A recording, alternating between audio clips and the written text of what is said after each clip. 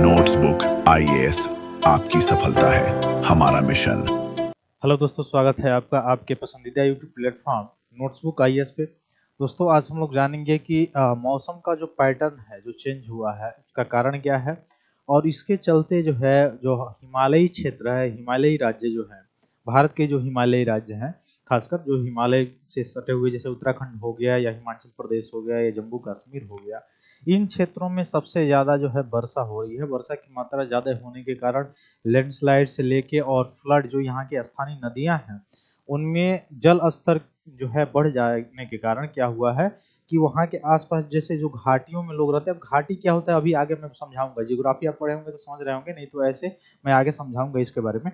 तो घाटियों के रास्ते से नदियां निकलती हैं और घाटियों के जो किनारे वाला स्थल होता है, वहां पे लोग जो है वैली पे अपना जो है निवास स्थान बना के रहते हैं, घर वगैरह बना के रहते हैं। तो वहां पे जब घाटी में जल स्तर बढ़ेगा नदी का, तो लाजमी है कि वहां पे जो पाए जाने वाले जो स्थानीय जो निवास स्थान है, जो लोगों का रहने का स्थान है, उसमें भी कटाव होने होगा ही होगा। और साथ ही अगर आप देखेंगे तो उसमें जो लैंडस्लाइड होगा उससे भी जान माल की हानि होगी। तो यह बताया जा रहा है कि जो अभी जो जम्मू कश्मीर में जो ये दिखाई दे रहा है, जो फ्लड आया हुआ है, जो डिजास्टर आया हुआ है, यह एक प्रकार का जो नेचुरल डिजास्टर है, इसका कहीं न कहीं उत्तरदायी तो जो है ह्यूमन पे ही है। क्यों? क्योंकि जो जलवायु का पैटर्न चेंज होता है वो ऑटोमेटिक रातों रात जो है चेंज नहीं हो जाता है।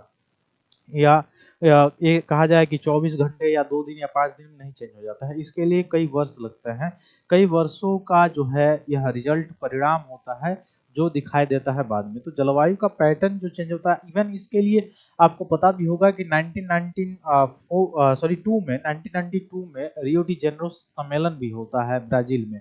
उस समय सभी जगते हैं कि हाँ, जो पूरा ऑन द होल पृथ्वी है, इस पृथ्वी को कैसे बचाना है। इवन उस समय बात की जाती है बायोडाइवर्सिटी की भी, उस समय बात की जाती है पॉल्यूशन की, फिर क्लाइमेट चेंज की उस समय बात की जाती है ना।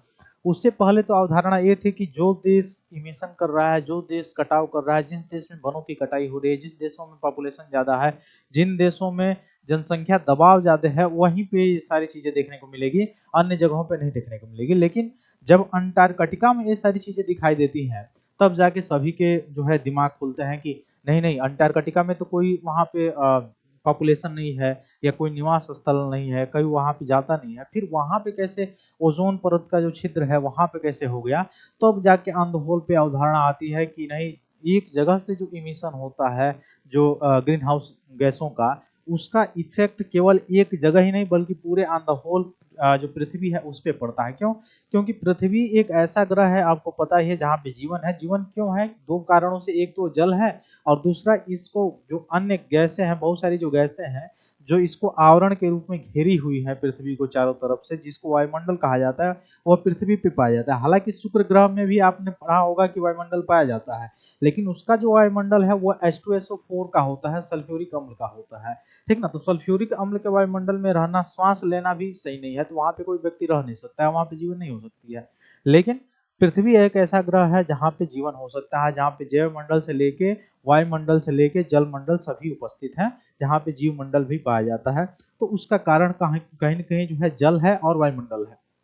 अब इसी आवरण पर जो पाए जाने वाली जो गैस है, उन गैसों का असंतुलन मात्रा जब असंतुलित होगा, तो सीधे सीधे क्या होगा? क्लाइमेट चेंज होगा। तो मौसम का जो परिवर्तन होता है वो तो एक दिन में कई बार हो सकता है, आपने पढ़ा होगा जियोग्राफी में। और वास्तव में मौसम जो शब्द है वो हिंदी का शब्द नहीं है, ये कई बार एग्जामों में पूछा भी जाता है।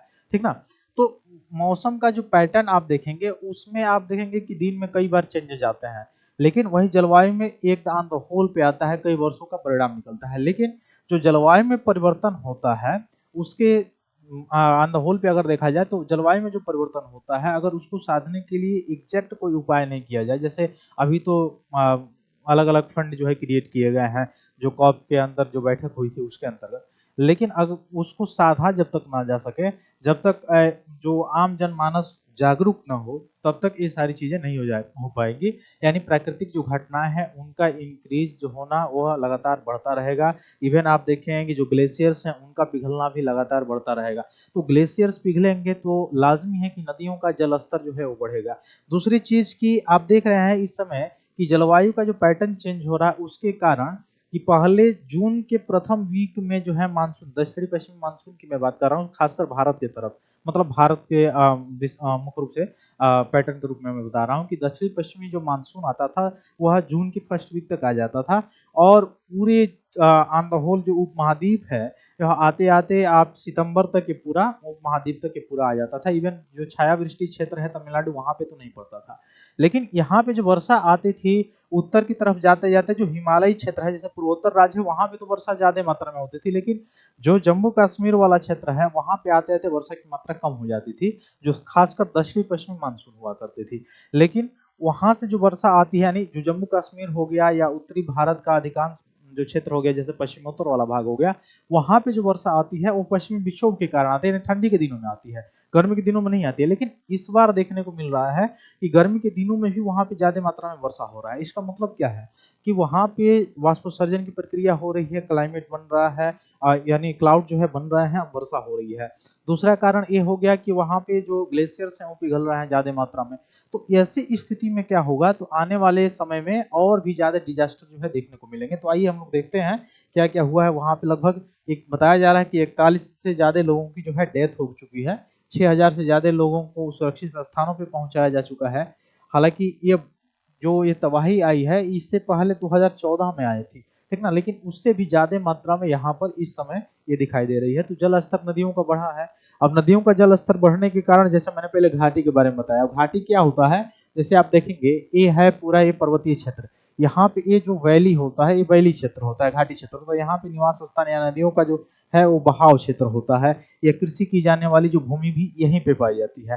तो ये सारी चीजों में जो है आने वाले समय में क्या होगा, जब इसमें डिजास्टर आएगा तो कृषि से लेके फिर से न्यूट्रिशन से लेके स्वास्थ्य से लेके फिर फ्लड से लेकर जान माल की जो हानि होती है। इवन आप देख रहे हैं कि केवल यहाँ पर्वतीय क्षेत्र में नहीं बल्कि मैदानी क्षेत्रों में भी जो बाढ़ का जो फ्लड का सबसे ज्यादा मात्रा जो आ रहा है उसका भी कहीं ना कहीं कारण केवल वर्षा नहीं है बल्कि ग्लेशियर का पिघलना भी आप देख सकते हैं, इसमें कर सकते हैं। जैसे लैंडस्लाइड ज्यादा मात्रा में जैसे उत्तराखंड में भी हो रहा था, हिमाचल प्रदेश में।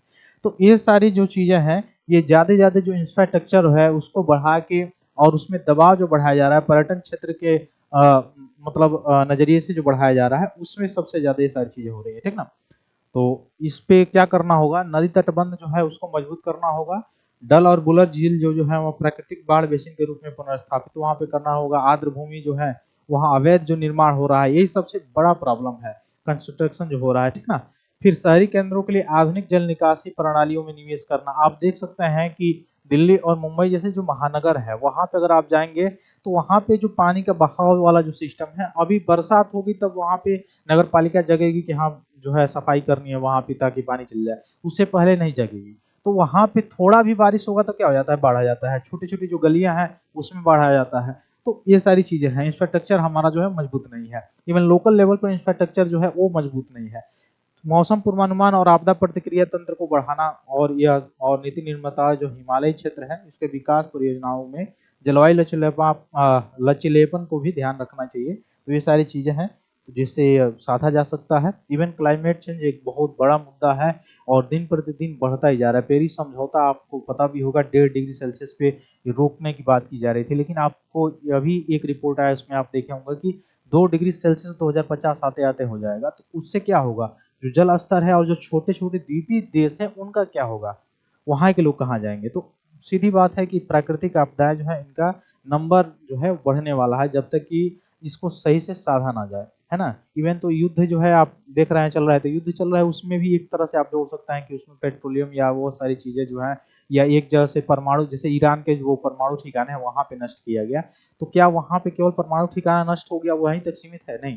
वहां से जो होने वाली जो हानि है, जैसे जो वहां पे पाए जाने वाला जो प्राकृतिक जो रिसोर्स है उसकी जो हानि होगी, वह जो जला होगा उससे जो कार्बन इमिशन हुआ होगा वही तो इम्पैक्ट करेगा। तो युद्ध से भी तो कार्बन का इमिशन बढ़ रहा है। तो ये सारी चीजें हैं।